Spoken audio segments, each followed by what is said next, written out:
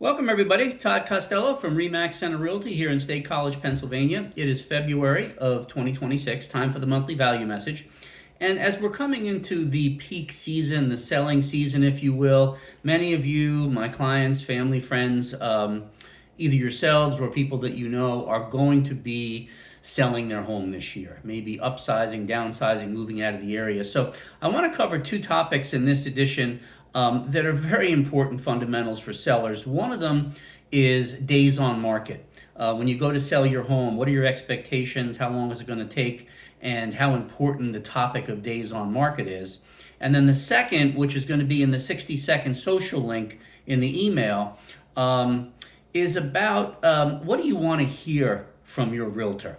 What are the expectations you have of what they're going to cover with you? So let's get started. The first topic is days on market.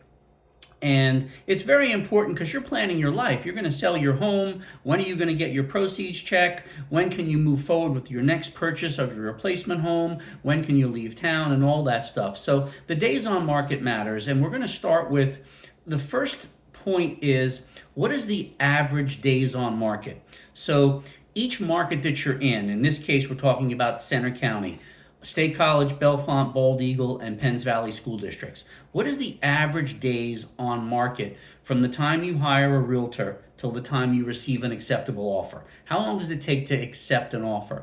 And in 2025, the average days on market was approximately 43 days.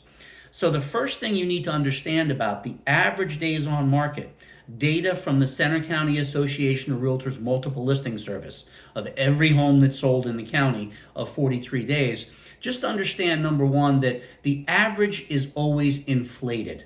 So the average includes sellers that might not be that motivated, maybe realtors that don't have as much experience pricing homes correctly. So the home sits on the market for 3 months, 6 months, 8 months, or a year. So it has 300 days on market. That's part of the average days on market. So in general, the average days on market is always inflated. You never want to shoot to be average. You want to be above average, which means selling your home in less days on market. So that's number one. Number two, overall, in my 30-year career, the higher your days on market, the lower your final sales price. This is just like any product, a car, a pair of slacks, or a dress at Macy's. If it's on the market and it's not selling, it's got to be marked down. And if you leave it too long, eventually you're going to go to the clearance rack. So the higher your days on market, the lower your final sales price. That's just marketing 101. Another point is, the higher your days on market, understand that the buyers are going to look at your home and they're going to say, okay, I like it, but it's been on the market for a month and a half. It's been on the market for 2 months. So they're not going to be afraid that someone's going to outbid them.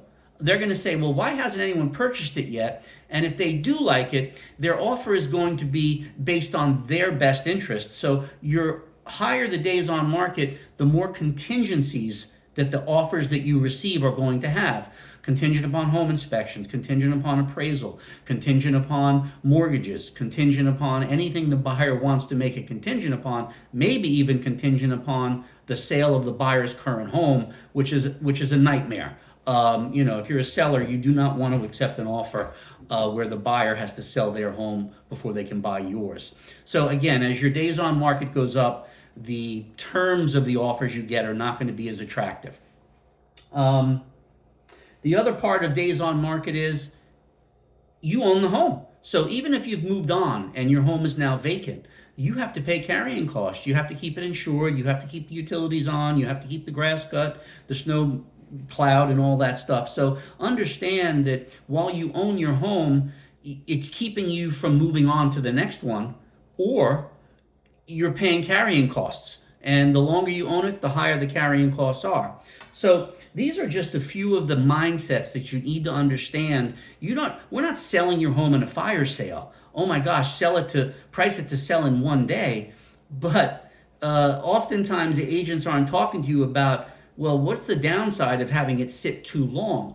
So you need to align with an agent this year that understands that we need to price it appropriately to avoid the detrimental effects of increased days on market in your marketing plan. So that's number one for this month. Otherwise, click on the link.